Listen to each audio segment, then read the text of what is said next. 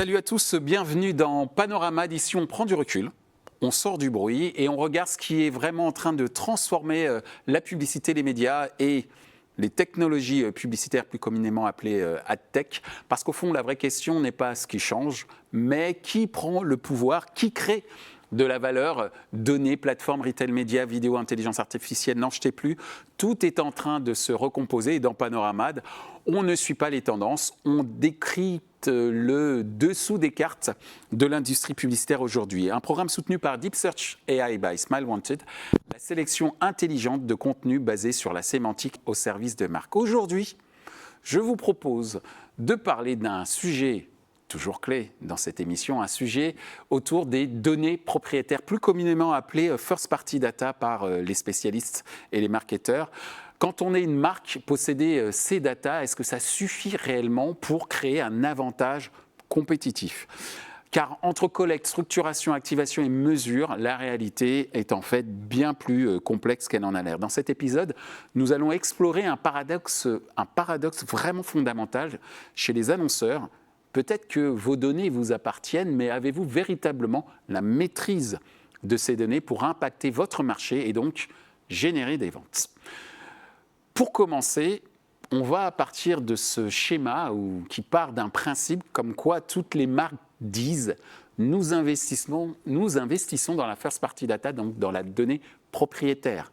CDP, CRM, Data Lake, les investissements se comptent en millions d'euros. En France, des grands groupes retail ou telco investissent des millions d'euros dans leurs infrastructures data, parfois jusqu'à 20 millions d'euros.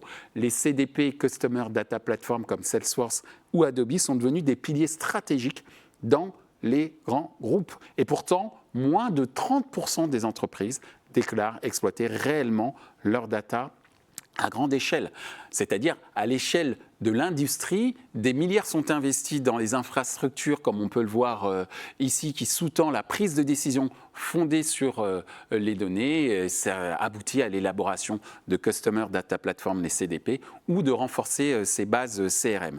Mais en gros, on va dire que même si les annonceurs continuent à se préparer à un monde sans cookies, certaines personnes discutent sur cette réalité. Mais en tout cas, les annonceurs continuent à se préparer à un monde sans cookies, un monde où enfin les annonceurs reprendraient le contrôle. Ça, c'est la théorie. Les promesses de la donnée first party, à savoir la donnée propriétaire, c'est stratégique, ça paraît nécessaire et ça paraît avoir du contrôle. Je dis, cela paraît. Parce que la vraie question qui se pose, c'est est-ce que posséder de la data crée automatiquement de la valeur ? Ou la création de valeur vient-elle d'ailleurs ? C'est ce que nous allons essayer d'expliquer dans cet épisode notamment. Commençons par une distinction très simple. Posséder de la data, ce n'est pas la même chose que l'activer.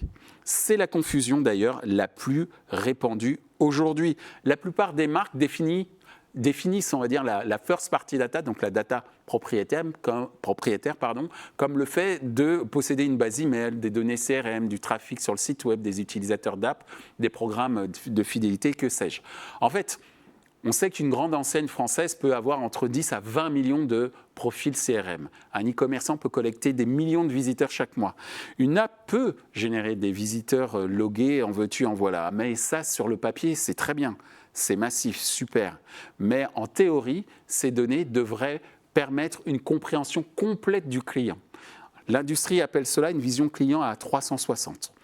Ok, c'est une promesse séduisante, mais en pratique, on sait que très peu d'organisations parviennent réellement à maîtriser l'ensemble de ces données. Et les données sont souvent fragmentées entre différents modèles, la CRM, la Customer Relationship Management, le Web Analytics ou le Retail.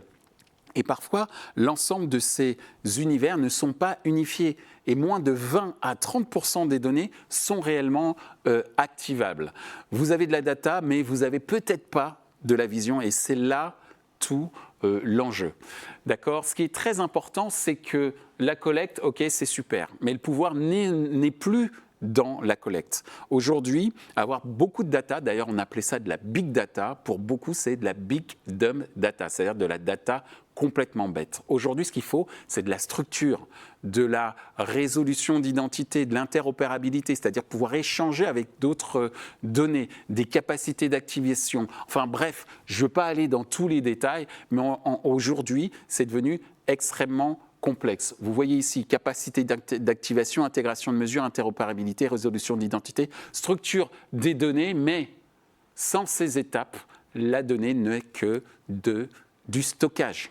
La data n'est que du stockage et ce n'a pas véritablement d'intérêt en réalité. Ce qui est très important, c'est de comprendre que le stockage ne crée pas de levier dans le cadre, et en tout cas dans l'univers de la data. Posséder une base de données ne suffit pas contrôler la relation client. Une marque peut avoir votre email, mais ne pas pouvoir vous recibler efficacement sur Meta ou Google. Une base CRM, ok, ça existe, mais sans capacité d'activation à grande échelle, ça n'a pas beaucoup d'intérêt. Posséder, ce n'est pas activer, car la couverture d'audience, le volume ou la distribution se trouve ailleurs. Et cet ailleurs, les annonceurs ne le contrôlent pas. Les plateformes comme Google, Meta, Amazon et YouTube contrôlent toujours les environnements où les audiences sont atteintes. Google, Meta et Amazon captent plus de 50% du marché publicitaire digital mondial. YouTube est devenu la première plateforme vidéo sur écran TV et Amazon contrôle l'accès à la demande des produits. D'accord ? On pourrait dire aux annonceurs, votre data est chez vous, mais vos clients sont chez eux. D'accord ? Et dans ce cadre-là, comment on fait pour, entre guillemets, faire de la data un levier pour les annonceurs. Pour transformer la donnée propriétaire en levier média, il faut ce qu'on appelle de l'orchestration. D'accord ? Une orchestration de données et de l'ensemble des éléments dont on a déjà évoqué les noms tout à l'heure, des graphes d'identité unifiées, des intégrations dans des clean rooms, entre autres. Il faut une validation indépendante de la mesure. Et cette validation indépendante de la mesure, elle doit être chez l'annonceur. C'est un système, pas un outil. Et c'est là que la réalité fait son œuvre. Et c'est quoi la réalité ? La plupart des marques ne disposent pas suffisamment de data déterministe pour opérer de manière indépendante à grande échelle. Moins de 40% des marques disposent de ce qu'on appelle une identity graph, réellement opérationnelle pour bien connaître ses clients.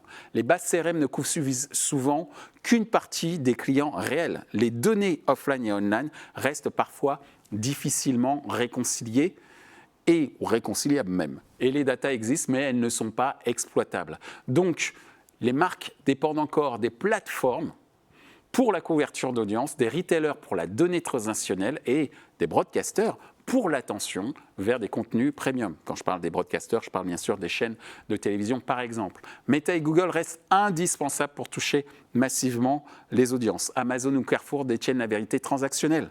TF1 et Netflix concentrent l'attention vidéo premium. 3 dépendances, un seul objectif. Nous sommes face à un paradoxe. Le paradoxe est le suivant, la fameuse first party data, la data propriétaire, promet l'indépendance, mais son activation dépend encore d'écosystèmes, souvent des écosystèmes extérieurs à l'environnement de l'annonceur. Donc votre data vous appartient, mais votre audience, pas tout à fait. Et votre data vous appartient quand vous êtes un annonceur, mais votre couverture d'audience, elle ne vous appartient pas. Et vous devez passer par des partenaires qui détiennent l'ensemble des leviers pour vous faire exister. Soyons clairs, la first party data peut être puissante, mais seulement sous certaines conditions très spécifiques, notamment quand elle est structurée. Les données structurées améliorent la prise de décision marketing.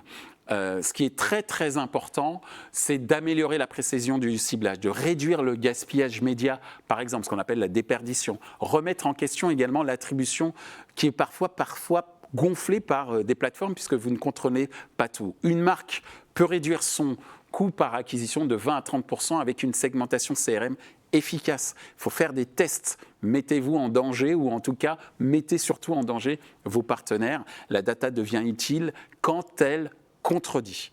Elle devient un levier de négociation, la data, pour les annonceurs envers les plateformes. Les réseaux de retail média, les plateformes CTV, les walled gardens, les agences, tout ça, ce sont des acteurs, lorsque vous êtes annonceur, ce sont des acteurs que vous devez challenger. Mais pour ça, votre data doit être restructuré. Il faut faire un rééquilibrage des rapports de force.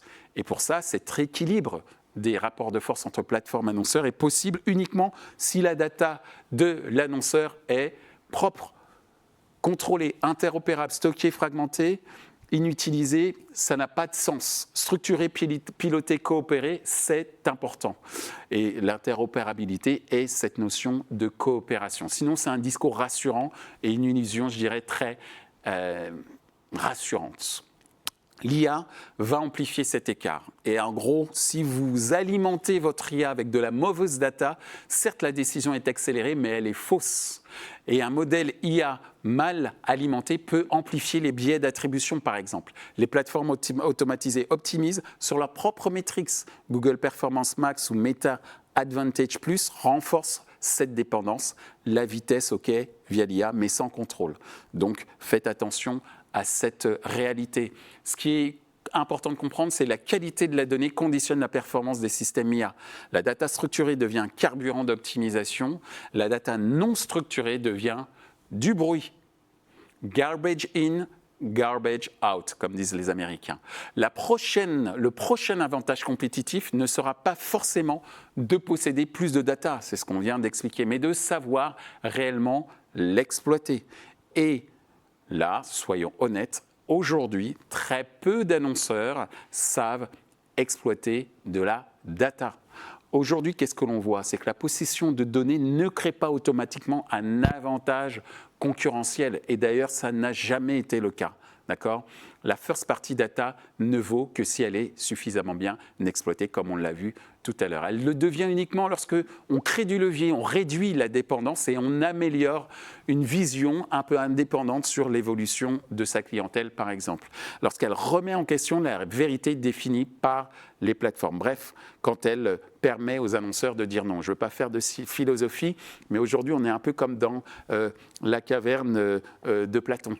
C'est-à-dire qu'on voit des ombres et on se dit que c'est la vérité, mais non. La vérité, elle n'apparaît que si vous analysez suffisamment bien vos données. Et enfin, en conclusion, si ce n'est que du stockage déguisé en stratégie, ça peut vous coûter très très très cher. Et la vraie question n'est pas possédez-vous de la data, la vraie question c'est cette data vous donne-t-elle du levier pour quoi faire? Eh bien pour améliorer votre vision marketing et votre stratégie commerciale. Merci pour votre attention. C'était Panoramad, un programme soutenu par Deep Search AI by Smile Wanted, la sélection intelligente de contenu basée sur la sémantique au service des marques. Je vous dis à bientôt.